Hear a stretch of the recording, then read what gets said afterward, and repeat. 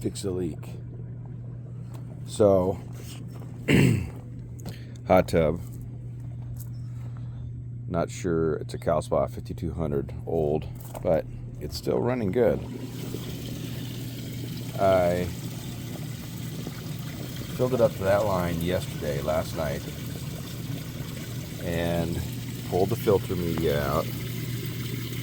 Poured 8 ounces of this. This was on Amazon, and 32 ounces. So I poured 8 ounces of that into there. Turned off the power.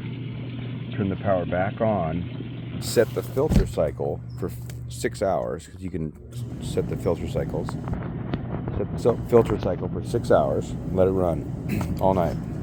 Normally this would be 2 inches down, easy, but it is not 2 inches down. It's exactly where I left it last night, filled it to.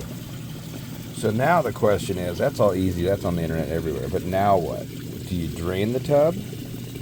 If you drain the tub, I read a couple of forums where draining the tub, the leak came back. Or you put the filter back in and let it run through the filter, then clean the filter.